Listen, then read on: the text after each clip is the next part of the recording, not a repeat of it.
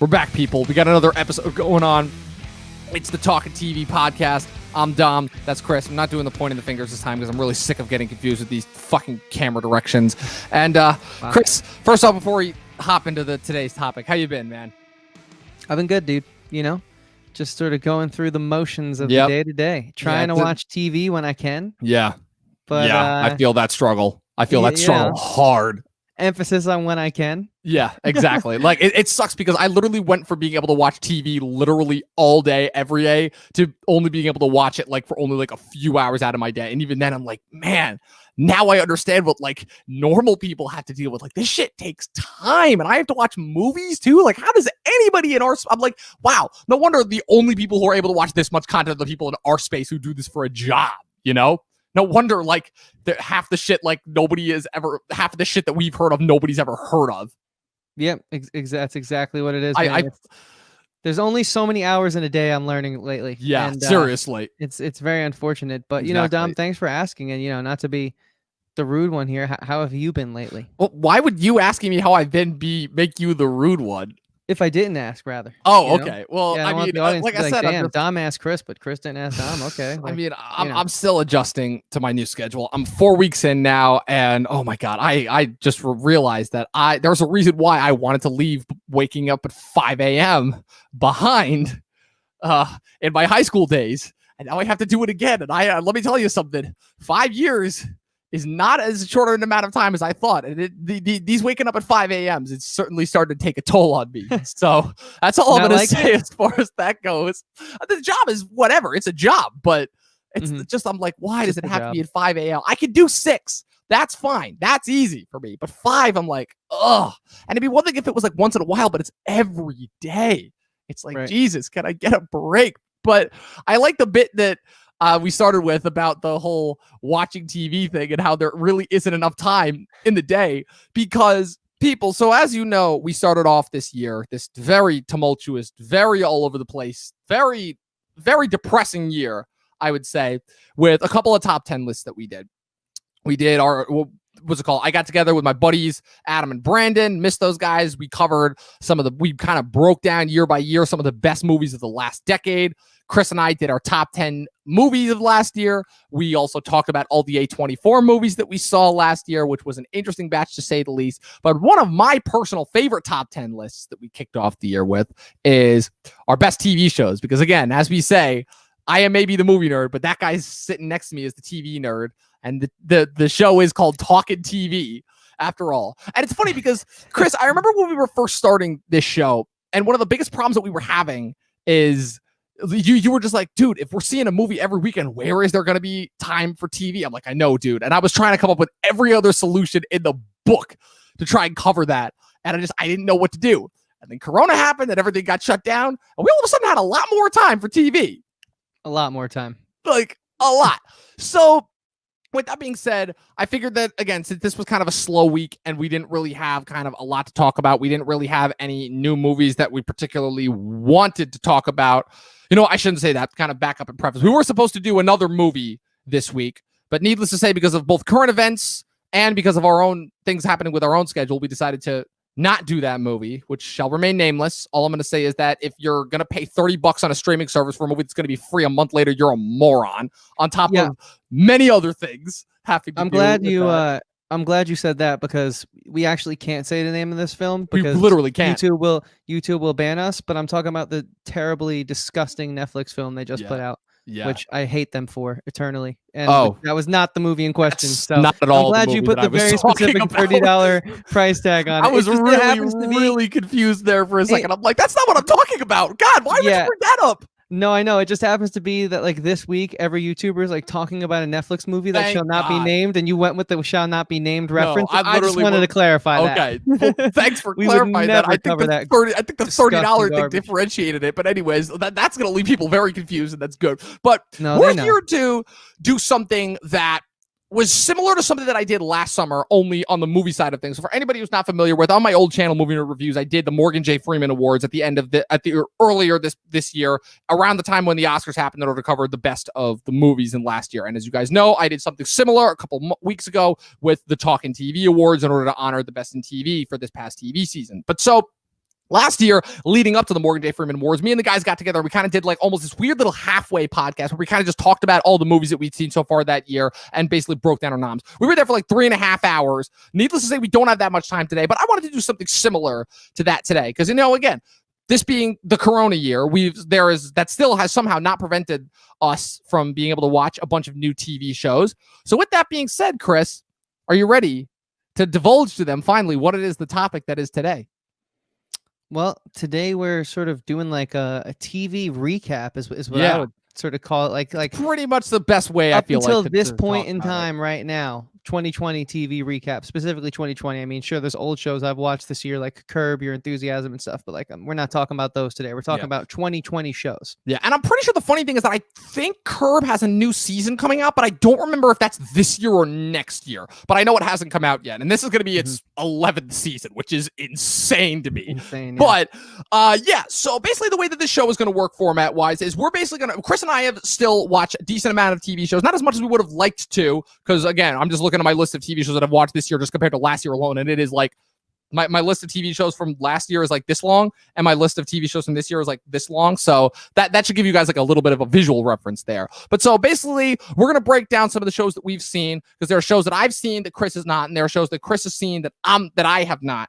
So what we're gonna do is we're gonna each break down the shows that we have seen individually, talk about them a little bit, in order to fill that hour slot time. And then we're basically just going to run through and break down every TV show that we've seen so far this year, what we liked about it, what we might not have liked about it, and whether it stands a chance of making our top 10 at the beginning of next year's podcast. So without further ado, Chris, you want to get into this?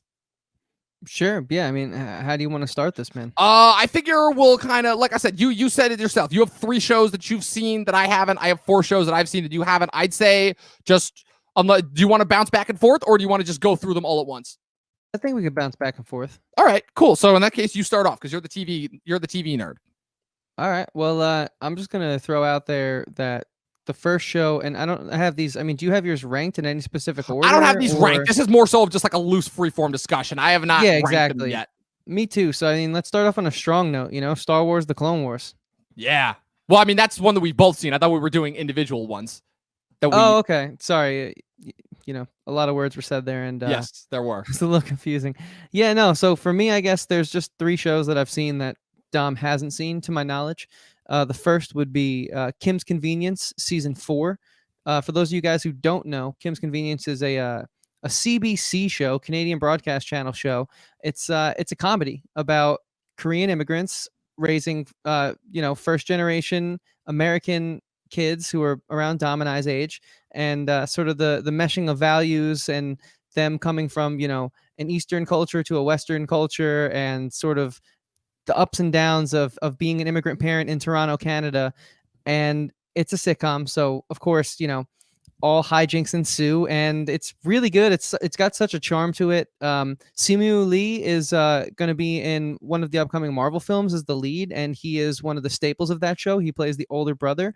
And dude, the show is just like, to say there's one main character would be sort of to take away from the rest of the cast. It's truly a true ensemble cast, and each character you kind of get to learn and grow with as they go along. And I think it's just an incredibly charming show. It's on Netflix, distributed to the US through Netflix rather. So, check. It's got a few different deals worldwide. I was looking up for people out there.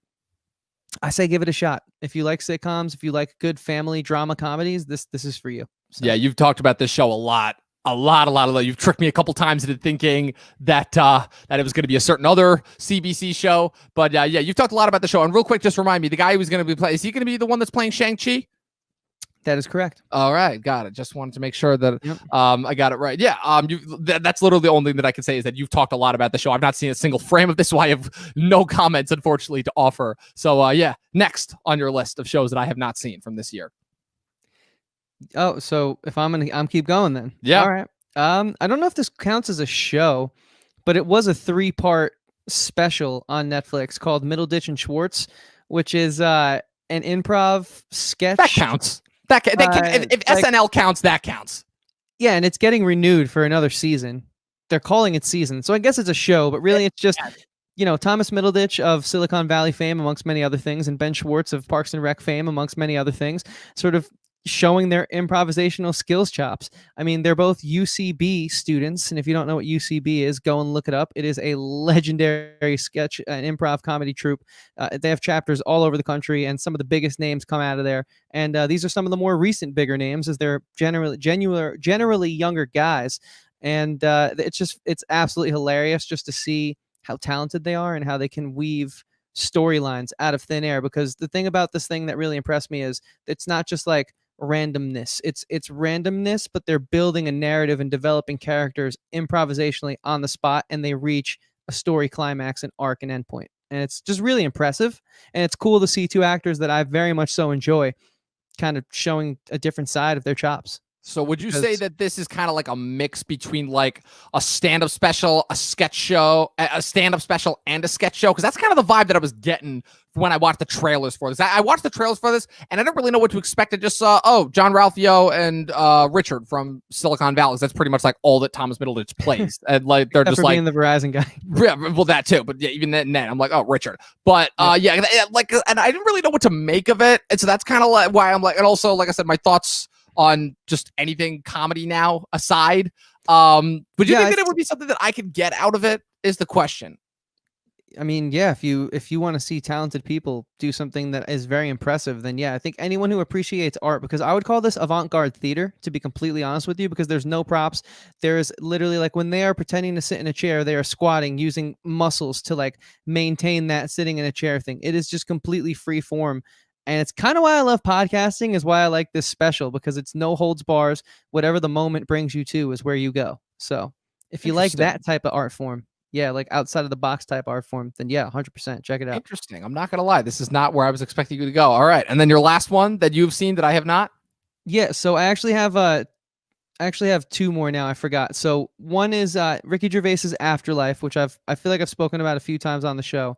It's an awesome show. It's incredibly depressing. The log line is Ricky Gervais's character sort of is coping with his wife who recently passed away from cancer, and he's literally learning how to deal with life after her life. And so it's sort of like through him failing to commit suicide, he realizes that it would have been terrible if he committed suicide, because he goes on to like sort of help other people, and also, of course, other obstacles coming his way. It's not all fun and games for Ricky Gervais after he overcomes this. It's so weird because it's so twisted and it's so dark, but it makes you feel so good.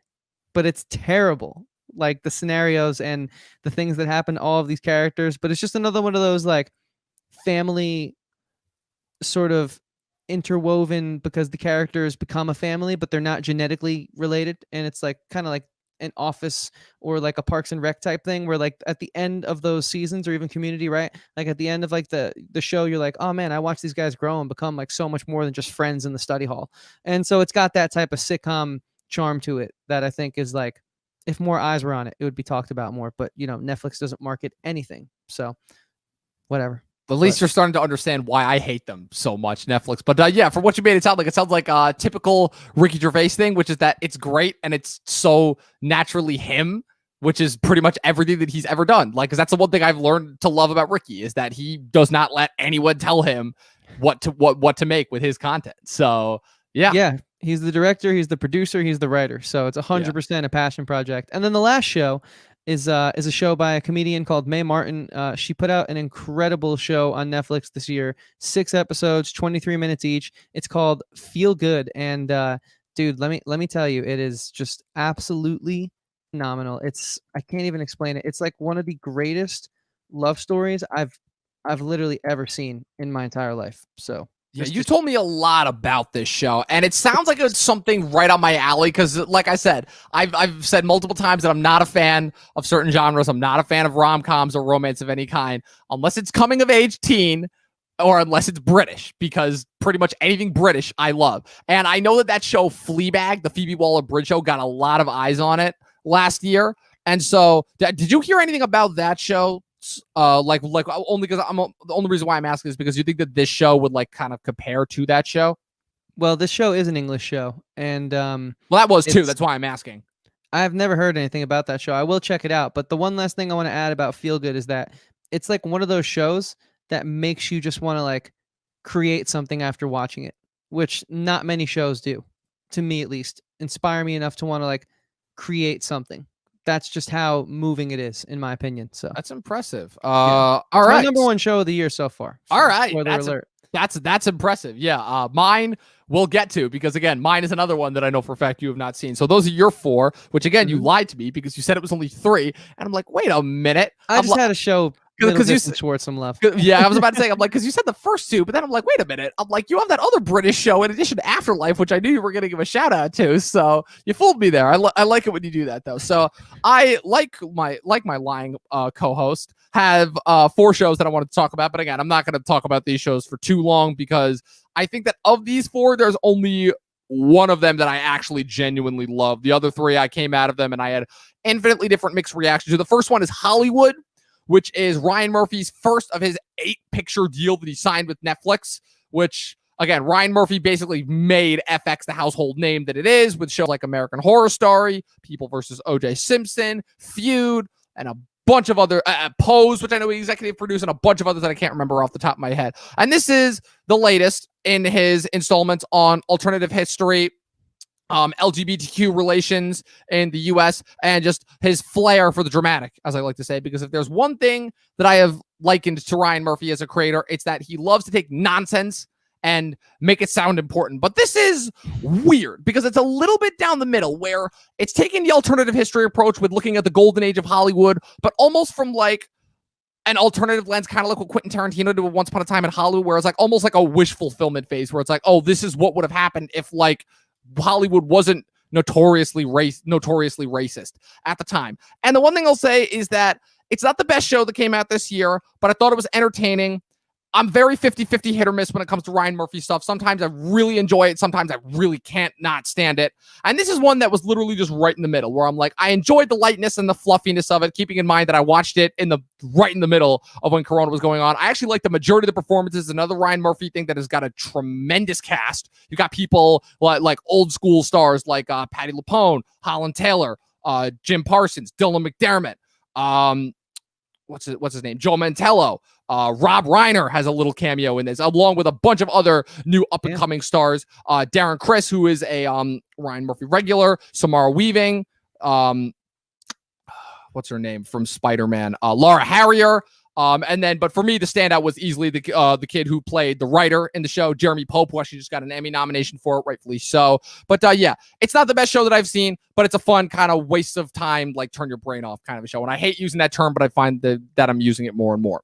So after that, then the next show that I watched that I've surprisingly enjoyed a lot more than I thought I was going to is The Umbrella Academy Season 2 on Netflix. I talked Chris's ear off the other day about this show and it's so strange because I was in a really weird place because the whole reason why I didn't watch this show when it was on Netflix originally last year was because I thought that it was like a lot of other Netflix stuff. It was going to have a lot of Netflix tropes that I just could not stand, like the soap opera elements of it, the spending almost a majority, like 40 to 45 minutes of every episode's run just talking because they clearly don't have the budget to shoot any cool effect stuff. And then when the effect stuff does happen, it like lasts for like 5 minutes and they're doing everything they can to cut around it. So like CW on Netflix? Yeah, pretty much. Which is like things like Sabrina and all that stuff? Pretty much. But the one thing that I will say that I think this show has over every other one of these types of shows on Netflix, again, it's a big reason why I started to get sick of the Marvel Netflix shows after a time, is because this show, I think, actually has, it does have a sense of fun, which a lot of the other shows don't. I think the characters are actually well thought out and interesting characters. I think they actually take what was a pretty straightforward, set, cut and dry premise from the first season. They actually kind of expand upon it, like they time travel back to the 60s in this season, and they actually have a lot of fun with that premise. I think the jokes are funnier. I think the zaniness is even zanier. I think they do more with the kids' powers. The basic elevator pitch that I give to somebody in order to pitch this to people is that it's basically X-Men if the X-Men were like, if Professor X was an asshole and like basically kidnapped these kids as little kids and basically mentally scarred them growing up. And it really shows.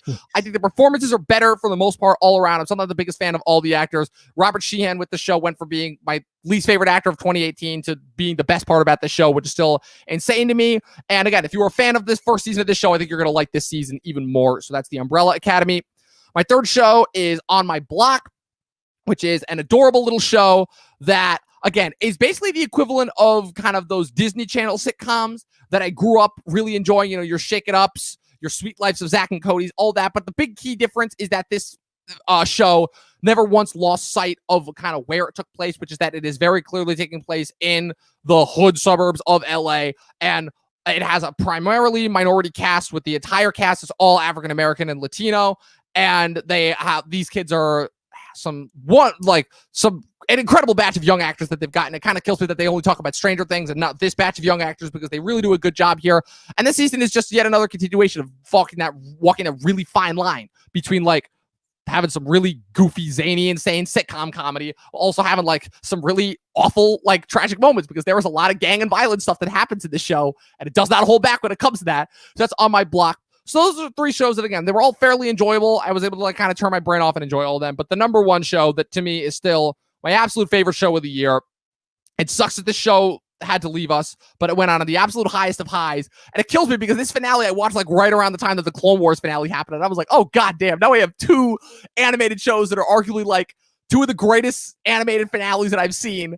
And this, as of right now, is still my favorite show. And it's the last season of BoJack Horseman. They did such a good job wrapping the show up, wrapping the arc of this insanely kind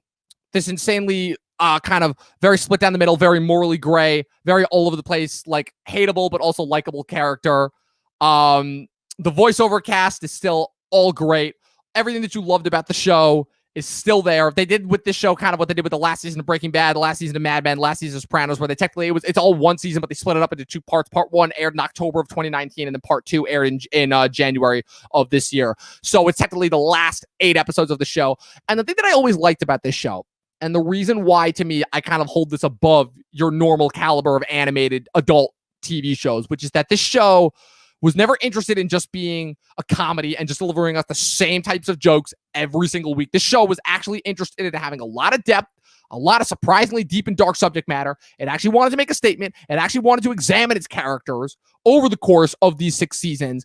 And just if you're talking about BoJack as a character, the thing that made this last season so compelling is that BoJack, throughout the entirety of the show, has constantly found himself between a rock and a hard place, and that every single time he's tried to make a change, something else has come up where he does something that prevents him from doing that. And he usually puts him a lot of steps back, to the point where it's almost parodying the idea of the traditional sitcom, which is that whether these characters can actually grow and change, you know? But the thing that was so impressive to me about this season, and technically the last season as well, the first half of season 6, is that BoJack, this is the first time where you actually see BoJack taking steps to actually try and make some meaningful changes in his life. And to the point where it actually almost fools you into thinking that he does. Like by the time the season starts off, he's very well settled down. He's very much like planning to go on to the next stage of his life and actually do something. But there are just those little things that are lurking in the background of his past that might not let him. And to me, I was saying how The Boys season 1 was probably the best examination of the Me Too movement that I've seen. But specifically this second half of this season takes it in a whole new light. So that's all I'm going to say about it. It's currently still my favorite TV show of the year. It's the last season of BoJack Horseman, easily. So yeah, I'm definitely going to watch that by the time we do our top 10. Dude, I'm telling you, you got to get caught up on it. Like I didn't think, I'm like, I watched season 4. Can I do it? You know, because I'd already had 3 seasons, because I had all of season 5 in addition to the last season to catch up on. And then by the time I did it, I'm like, okay, I got to get through this. This is amazing. So with that being said, Chris, you ready to jump into our combined list now? Let's do it. Yeah. All right. So you started it off technically before we did the individuals, but I feel like, again, if we're just breaking it down in chronological order of all the shows that we've watched so far this year, we kind of have to start it off with Clone Wars. I mean, that's where I was going to go. That was where I was going to go. It was the first big thing that we watched this year. We did 2 podcasts on it covering the premiere and the finale. It's funny. I was actually just listening to that finale episode that we did the other day, and really? Man, I forgot what a great episode that was. Yeah, it holds up. Huh? It holds up, and just like a fine wine. It's funny because the whole thing that I remember hearing is that a lot of people were saying, okay, we don't really care about the first 8 episodes. It's those last 4 episodes that are really where the meat and potatoes of this season are. And I have to say that the more and more I think about it, I couldn't disagree more, because you needed those first 8 episodes. Specifically, again, if you had never watched a single episode of the Clone Wars, because this is both for new viewers of Clone Wars and returning viewers who had watched the original run of the show, that you kind of needed the first 4 episodes to establish, like, kind of get you back into the world of Clone Wars with the clones and with Anakin. And then you need those second 4 episodes in order to caught up with Ahsoka and kind of see her struggle that was going to lead her into her decisions in those last 4 episodes. And yeah, it was a really powerful season just for us as fans of Star Wars, having come off of that, again, that movie that shall not be named, because frankly, I'm sick of giving a name to it. Yeah, it was just, it was really refreshing, and it was just an awesome way to kick off the year before Corona came in and ruined everything. Yeah, and I was on the side of had only seen that season, but at the time we covered it. So, if you guys go back and listen to our episode, you'll see that we have like that dichotomy that they were sort of marketing the show for. It was very inviting as much as it was a conclusion to something that so many people had been invested in for such a long amount of time. And I think that really is a testament to the writing and Filoni understanding the characters and just servicing these characters in the way that just felt so natural and organic, like giving every single one of these characters that, whether you feel about the prequels a positive or a negative light, in regards to the way Filoni treated them and gave them purpose and meaning behind every step and action they took, I think you kind of left feeling way more fulfilled. Even if you thought the prequels were great, like me, you left feeling way more fulfilled from these characters' performances in 8 episodes of an animated or 12 episodes of an animated show than you did with 3 feature-length movies. So yeah, if you like Star Wars and you're afraid to check out this animated universe they have, as much as I hate to say, go get a Disney Plus subscription, go get a Disney Plus subscription and check it out. Yeah, and check out Rebels too if you get a chance, because I'm halfway through season 2 of that show still, and that show, while to me I still like Clone Wars better, is still pretty impressive. Now it really sucks because as I look more and further down this list, I gotta say, I think Clone Wars might be the best one that we've covered, at least so far, for the ones that we've seen in its entirety. Because the more and more we used it up now. I looked down this list and I'm like, God damn, this is. I know you said that like TV came to play this year, but I'm looking at this list and I'm like, I've been thinking about that statement. I don't know where I quite stand on that. Like, I mean, just because movies have been so pathetic that TV at least has been something. Like Clone Wars was brilliant. Honestly, if I had to pick and choose, I think I gotta go with movies. And I'm not just saying that because of the movie, or because just as far as our next 2 entries go, like we got Westworld season 3 next, which. When this show, it's funny because when I saw the trailers for this show come out, I was like, okay, this seems to actually be taking the direction that I thought season 2 was going to be going in. This could actually be cool. We're finally actually seeing them interact with the human world. What are they going to do in the human world? Now that a couple of these robots come out, I saw it was a drastically shortened cast, drastically shortened episode count, and I'm like, and again, after having concluded the season, I have to say, because I'm going to try and give at least one positive thought to each and every one of these shows. Whether I like them or not is a different story, which is that, okay, at the very least, I think that the ideas that they were going for were pretty cool, kind of showing how like the regular average humans aren't that different from the hosts as far as they're kind of just all pieces in like this one big mastermind's overall machine, and kind of the illusions of the character of Sirach to Dr. Ford and all of that. All the ideas were there. The problem is the actual execution of it, because for 8 episodes, Chris, I don't know if you can agree with me or not, but how the hell did this feel like more of a drag than the actual 10 episode seasons, which people actually complained were long and boring? I mean, listen, we love having frequent guest Patrick Huber on the show, but like, what was he smoking with this episode, with this season? I'm sorry. Yeah, exactly. I still don't get it. I don't get it. And honestly, I don't ever, I mean, I guess we might cover season 4, but if it ever comes back, but I'm not looking forward to it at all. Yeah, we just said that in tandem because that's how bad that's how in sync we are as far as our thoughts on this show. This show sucked. Next show. Yeah, it was really bad. Like, and here's the thing. I didn't like season 2 as much as the first season, but at the very least, I still regarded it as a good season of television. This was not that. Like, the production looked messy. The visuals were great, but the storytelling to back it up was all over the place. They completely misused certain characters. Some very strange performances. I thought, again, I even said in the first episode that we covered, I liked some of the newcomers. But again, just another tragic use of Aaron Paul. Like, and this thing that sucks is that they're clearly setting him up to like take over as the main character from Dolores. But like with what they gave for him, I'm like, I'm sorry, I don't give a shit about continuing to watch Aaron Paul in this show. Like, not at all. So yeah, so I don't know about you. I just want to move on. Like we dedicated 2 episodes to that show. And it was 2 episodes too many, but as far as I'm concerned. But this season, again, it's a little bit of an interesting one because it's one of those shows where this season kind of made me look back on the first 2 seasons of the show, which I would say for the most part I enjoyed. I know you were not a big fan of it. And it's funny because there are people that I know that liked this show and people that I know that hated the show. But the funny thing is that the people who I was would be more inclined to trust as far as viewing quality goes were on the side of hating the show. And with this season, I started to notice some of the problems. And that is, and again, another 3rd season that popped up. That is the 3rd season of a very popular show that popped up in the last few years, that being Ozark. Very famous Jason Bateman crime drama on Netflix. And it's funny because, again, just as far as my relationship with this season goes, because structure-wise, this season didn't give me anything that was necessarily different from the last 2 seasons. But for some reason, I just found myself way more bored with this season, way less invested in the struggles of the characters. This was very much so a background noise episode, to the point where when we did our podcast episode on this, I was like, I feel like I have nothing else to say. Like, I legitimately can't talk this much about this season, you know? And so kind of, Chris, maybe you can clue me in as to like why that is, you know? Because like because I still, for the most part, I think, I don't know, but like I still very much enjoyed the first 2 seasons of the show. So like, what is it about this 3rd season that like kind of like threw me off a bit, you know? I mean, I think that this 3rd season, if you liked the first 2 seasons of this show, kind of for those of us who really had never cared for the show, was just a great way to open your eyes to the fact that, oh, the show really is just spinning its wheels, and it really is just like trying to just capitalize on that like need for another Breaking Bad type show. And you know, but it doesn't offer anything special. It's just going and it's going, and it's not fulfilling, you know. It's not a fulfilling watch. You don't leave there feeling like the 10 hours you spent with each season was worth your time. In fact, you're like, man, I feel like I just watched some schlock for like, you know, 30 hours of my life. Yeah. And I could have read a good mystery novel in half the time, and gotten, you know, or like a, you know, like a drug running novel. I'm sure there's brilliant ones out there, and gotten more value out of that, or quite frankly watched another show in the similar vein. Or I was about to say, or just rewatch Breaking Bad. but I think, to answer your question, Bateman's character kind of really took a nosedive this season. Yeah, I agree with that. And that's the way the writing went.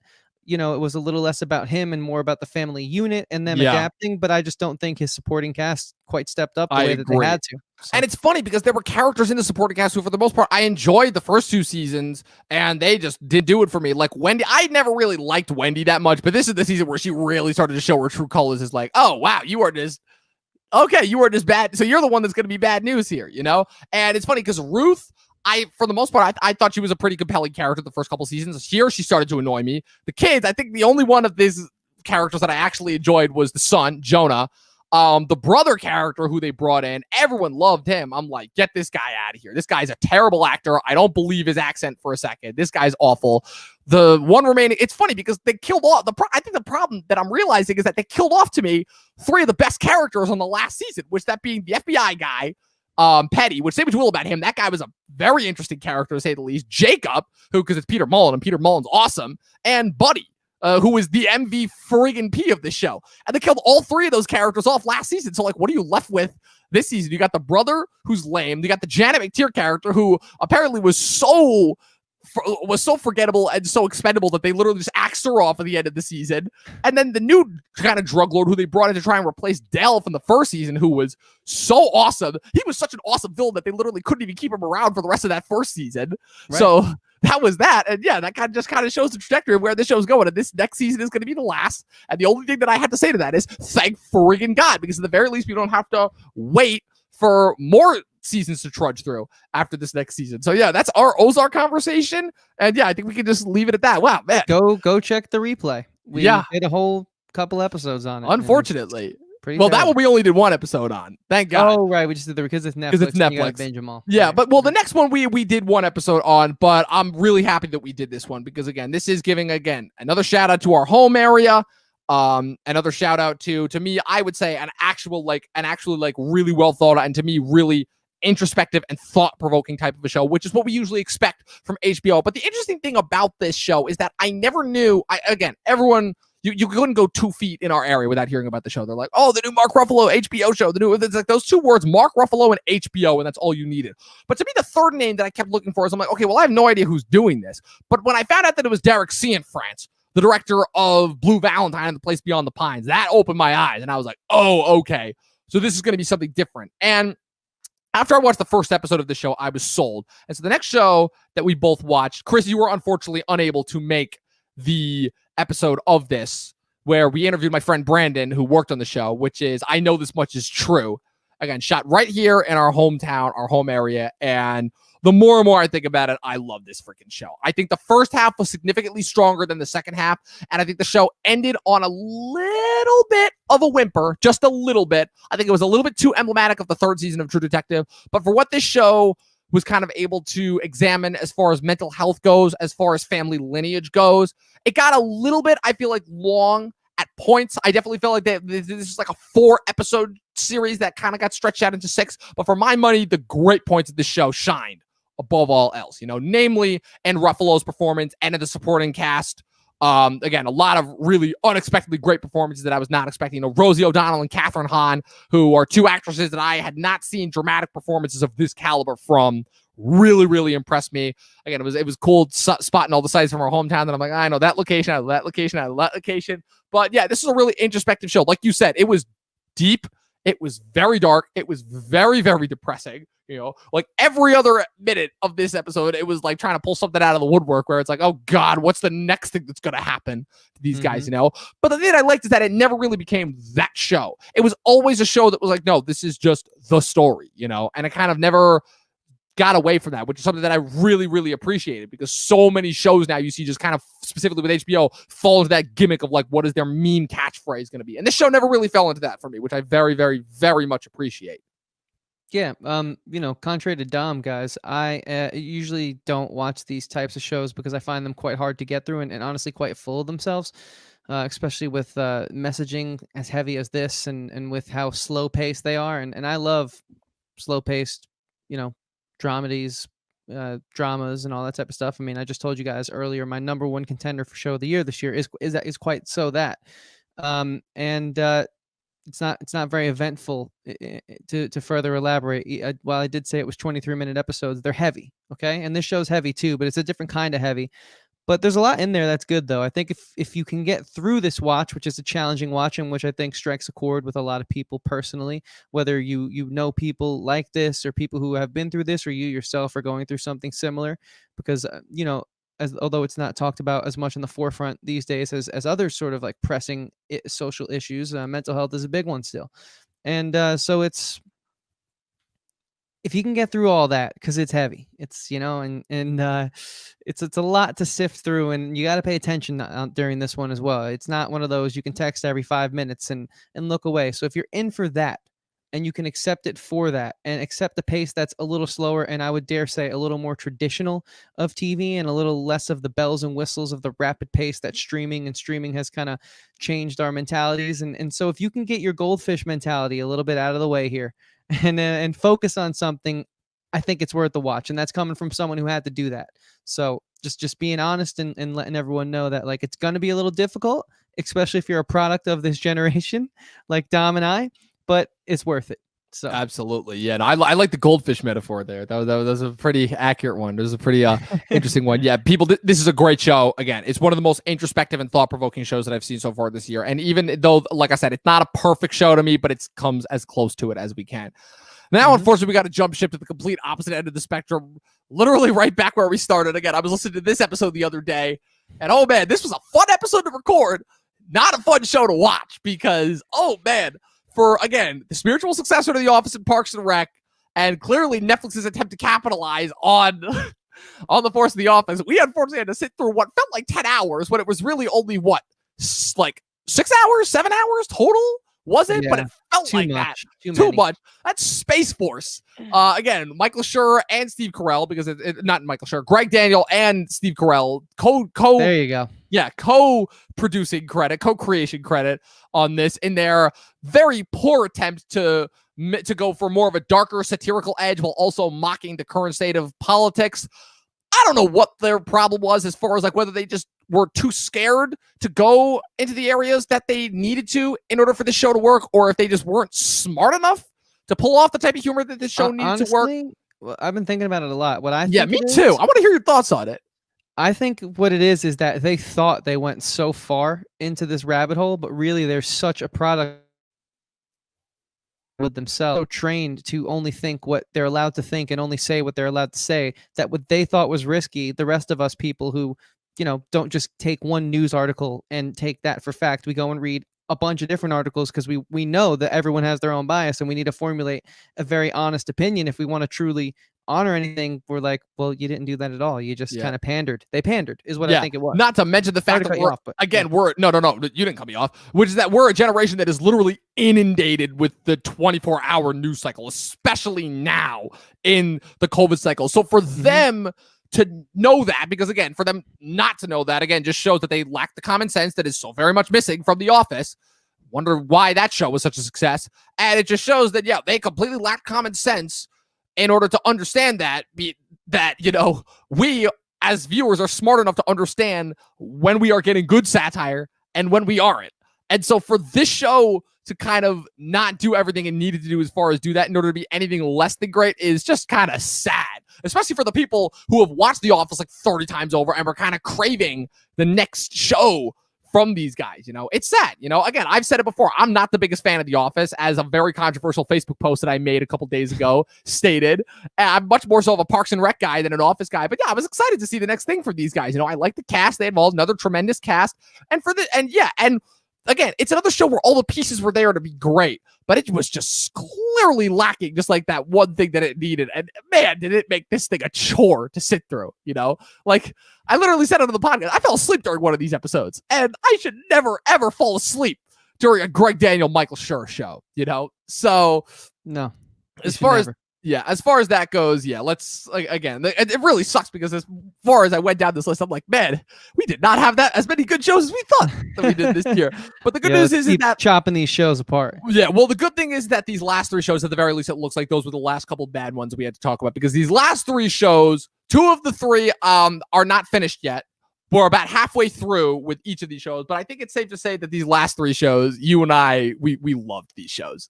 We freaking loved all 3 of these last shows that we watched. And it sucks because the first show that we have, which hit like the last weekend of July, the first weekend of August, we released this episode.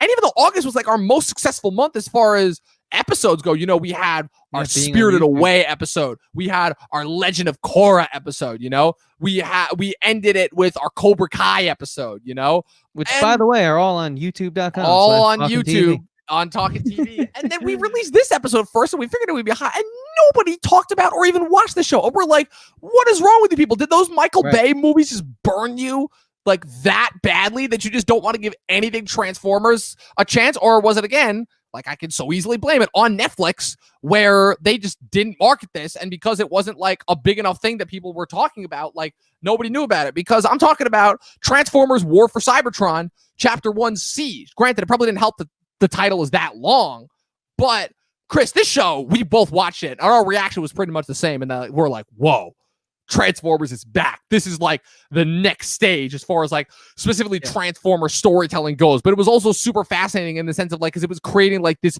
almost like this new sense of anime. Because I think they touted it as like an anime show. I think this is what it was classified, of Netflix officially classified it under. And it was just able to take these Transformers characters that we've grown up with, that we've known so well, and take these stories that we're for the most part very familiar with, and just take it and flesh it out in so many new and interesting directions. Like I was, for 6 episodes, I felt like I got an entire theatrical movie experience, and I was completely amazed. I watched it all in one day. The episodes were like 20 to 21 minutes each, and man, I could have taken like another like 2 hours of this. We've got 2 more seasons coming up, which if what they said about what they're going to do in these next 2 seasons is anything to be like to talk about, oh man, it's going to be nuts, to say the least. Yeah, the show brought me back to something I spent a lot of my childhood watching, which was the original Transformers cartoons. I have the VHSs up on my shelf. I've shown them on the camera before, and I love the Transformers, man. I mean, I wasn't the biggest Michael Bay guy, but I enjoyed them in the television format for quite a bit of my upbringing as a kid, and also in the video game format. They really crossed over well there, and it was the classic Transformers, like the Cybertronian, the true origin of Energon and all that stuff, and we got that in this, and it was really cool. Like, I love Transformers when there's no humans around the most, because I feel like that's when they are just obviously them more so Beast than Wars them. Is the best Transformers property. I'd agree with that, and they're not tiptoeing around killing humans every 5 steps, because quite frankly that could happen. Yeah, and so it's beautiful, it's great, and I don't know why anyone watched this. And you know what? I will blame Netflix. Netflix sucks, and that's probably why. Thank you. So. At the very least, I finally made you understand that Netflix is the worst. I get it. Trust me. But yeah, no, this was absolutely amazing. For anyone that hasn't watched this show yet, I'd absolutely recommend going and watching it. It's awesome. It's super dark for a kid show. They actually get into the meat and the grit of what Transformers is at its heart, which is robots brutally killing each other. And who doesn't like watching that? So with that being said, Chris, these last two shows that I have on the list, unless you have something else that I was completely unaware of, it's funny because, again, these shows are not completely finished, but we're about halfway through each of them. You know, you've actually got another recap that you've got. By the time this episode comes out, it will have been completed for episode 5 of this one show, you know, and I feel like we can kind of talk about them in tangentials, you know, because I think I've noticed for the rest of the TV shows that are coming out for the rest of the years, they're kind of like blocking them off and putting them together. You know, I don't know if that's because Disney owns everything, you know, but I noticed that like The Boys, it seems to be running simultaneously with Lovecraft Country. And then by the time Fargo season 4 and The Mandalorian come back, those two are going to kind of be running simultaneously, like bookending the week. So I just find it interesting that the programs are doing that. But yeah, the last two shows that we're talking about are Lovecraft Country on HBO and The Boys season 2 on Amazon. I feel like we don't really need to talk too much about these shows because, again, you're doing a solo recap week by week on this. We've already done our episode covering the first 3 episodes of The Boys. In 4 more weeks, we will be covering the finale of The Boys season 2. But all I have to say on this is, well, first off, The Boys is everything that I wanted from season 2 and more, as far as like upping the ante, upping the ridiculousness, upping the hype factor, upping just how messed up and how continuously like fucked up and awful most of these characters are, and just the shenanigans that they and just how far they can go as far as deconstructing our love of superheroes. And as for Lovecraft Country, it's funny because I'm 5 episodes into this show so far. There are 5 episodes left, and I don't hate it, but I also don't love it probably as much as I feel like I should. And the reason why, and I'm going to be very coy about this because we're going to see where I am in 5 weeks when the show ends, is because I feel like I like the individual nature of each episode, how each episode feels like its own self-contained thing. The problem is I don't know how good of a job it does as far as being part of the greater whole of the season, which is something that for the most part HBO has always done really well. Like you saw it just a couple months ago with Watchmen, or Watchmen, to me, the brilliance of that show was that each episode felt like its own like crazy movie while also being a really great part of the whole. You know, it's kind of like what HBO's like kind of made their trademark, is that you're getting a movie a week, you know, and then when you watch it all together, it makes this spectacular viewing experience. And I'm only halfway through, so I can't comment on it fully, but I don't know necessarily how it's going to factor into the whole, you know, as much. Yeah, you know, I've been having a blast sort of like really dissecting this show. And it's the first of many of these week-to-week dissections that we're going to be doing, bringing guests on, getting a bunch of different people's opinions, and where you're going is kind of the general consensus from everyone, whether they articulated it in the same way you did or not. There is a bit of trepidation around all this, and I just have to wonder if it's, you know, the show being such a young creative team behind it. Sure, you have the guidance of Jordan Peele and J.J. Abrams, but the showrunner, this is really her first true outing, and I think she's doing a phenomenal job, but it's a little messy. And so if you want, I don't want to say too much because like I got to cover it week to week, and there's only so much you can say about this type of stuff. So I want to save the real meat and potatoes for the series we're doing here on the channel. Week-to-week breakdowns, thoughts, comments, feedbacks, whatever buzzwords you want to put on it of Lovecraft Country. But I think I'm having more fun analyzing it than I am watching it. And I'll leave it at that. That makes a lot of sense. And it actually kind of goes into kind of a little bit of my problem with it, which again, I don't hate the show. It's not a bad show at all, but the amateurish angle really does kind of show. And I'm sorry, dude, but if you believe for 1 second that J.J. Abrams showed up a single day on set outside of like the preconception meeting, you're kidding yourself. Come on, man. You haven't learned from Lost by now? Come on. Now, yeah, or Westworld. Or Westworld, exactly. Which, yeah, exactly. You basically just made my point. Are you kidding me? Yeah, Jonathan Nolan directed the pilot. J.J. was never anywhere near that show. That's just a bad robot production, so he automatically gets credit on it. So we actually ran through those shows a lot quicker than I thought we would, only because again, it's just the shows that we have to deal with because this is COVID. So with The Boys, I would just say, I'm loving it so far. It gives me something to look forward to on a Friday, and I hope you guys will join us when we cover the finale in a few weeks. It's about it. It's good. I don't want to spoil anything because it's like one of the few shining, silver linings we have this year as far as content goes. Yeah, definitely. Oh man, I'm looking forward to that finale, dude. Yeah, my thoughts on the last episode aside. I did leave one thing out earlier. I also watched Dave on Hulu. Yes, okay, there we go. I'm actually glad that you really brought it up. Yeah, because that's actually on my list of shows that I have yet to finish. I was actually going to give a quick shout out to some shows that I had yet to finish and some shows that had some release dates. So in our last 10 minutes, so I still have to finish these shows. Devs on FX and Hulu. Dave, the Little Dicky show. Is it Lil Dicky or Little Dicky? Lil. Because he's a rapper, but I mean, that means little, so whatever. It's weird. the sites that I watched on kind of screwed me over as far as that show goes, but I still really want to Right. finish it. I've heard that it's great. The Eddie, which is the show on Netflix, starring Andre Holland. I didn't realize it when I first started watching it, but it's from the same creators as Skins, one of my favorite shows, so it has a similar setup format there. And Homecoming, the second season on Amazon. I really, really enjoyed the first season, which starred Julia Roberts. The second season, this new season, stars Janelle Monáe. And the first episode was really intriguing, and it seemed to bring back a lot of the feelings that I had as far as the first season goes. So I just hope that this season can deliver as far as that went. It's a shorter season. Now, as far as shows to look forward to, that we will have covered for most definitely 2 out of these shows that that I'm about to say, and I will personally be watching a couple more of these shows. So this coming Friday, actually 2 days after this episode is released, you've got Ryan Murphy's next big thing that he's putting on Netflix, Ratchet, starring Sarah Paulson, which is the prequel series about the origin of the Nurse Ratchet character from One Flew Over the Cuckoo's Nest. Then you have Small Axe, which is Steve McQueen's new show that's coming out on Amazon. I believe it's a BBC production starring John Boyega and Letitia Wright about, I think it covers like the British side of what happened during the Jim Crow era in England. So that's going to be really fascinating to see. Fargo season 4, which I'm very, very happy that we're getting this year. I love Fargo. Fargo has probably been one of my favorite shows of this past decade. And the fact that we're getting this, it's another period piece similar to how season 2 was. Chris Rock is the star of this, and I think he is going to be absolutely phenomenal. This is going to be another season that's got a tremendous cast, and it's probably going to be full of even more zany shenanigans, even more really weird, dry humor, and even more violence than the first 3 seasons did. Obviously, the big one, which, can I officially announce it now? Because we kind of been hinting at it, and I kind of spoiled at it, but can we officially announce it now? Because this is our TV episode. Do it.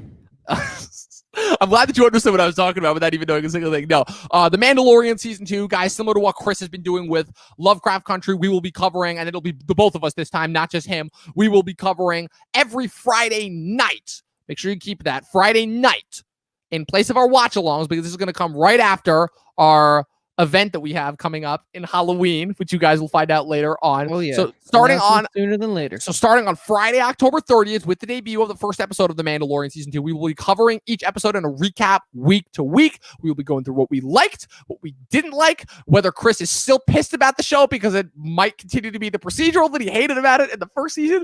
We're going to find out. But tune in. It's going to be on Friday nights only here on Talkin TV. Yeah. It's our Mandalorian cover show. We still have to come up with a cool title for that, because I really like Lovecraft Corner for your show. So we're going to be doing what that. I will say?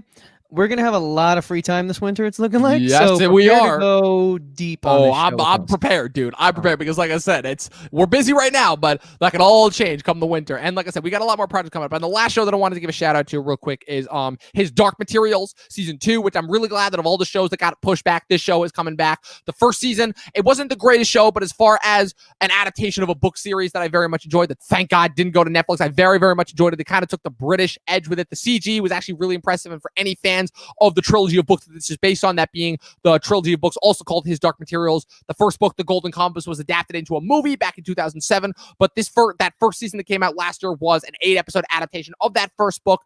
And this new upcoming season 2, I assume will be an adaptation of the second book in the trilogy, that being The Subtle Knife, which I'm actually currently reading in preparation for the show. So that will also be something that I'm very much looking forward to. Chris, do you have any other shows that you want to talk about, or other shows that you are looking forward to as far as the rest of the year goes?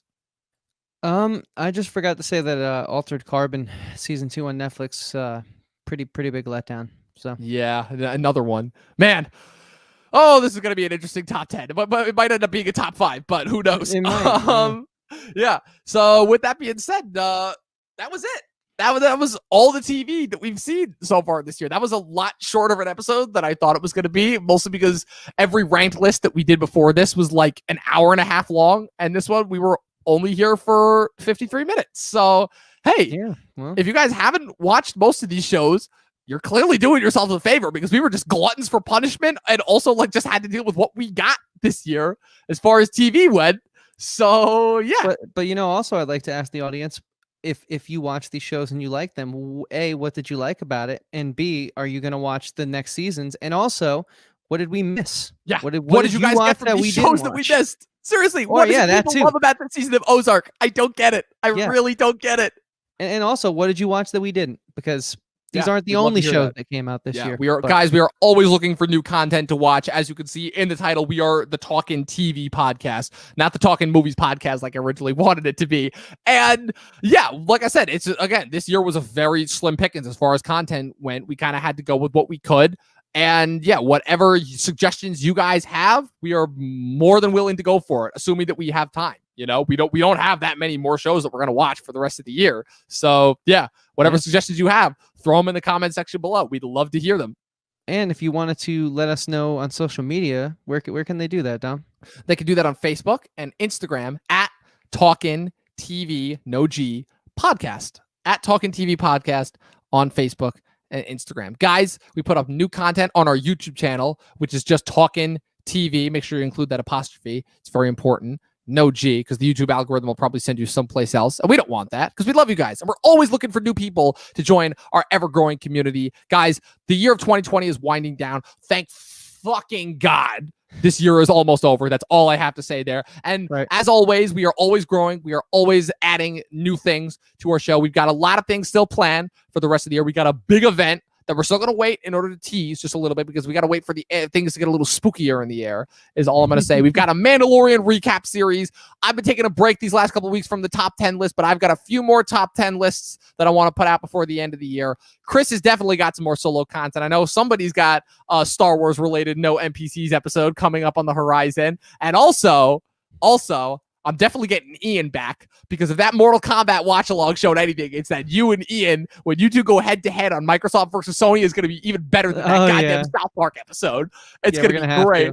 And keep coming back because we love you guys and we love having new fans because it's great. It validates us, I feel like, for many different reasons. Subscribe, hit the little subscribe button, hit the bell next to it. That way you get notified every time we put up new content on Mondays, Wednesdays, and Fridays. And Chris, do you have anything you want to leave the people with?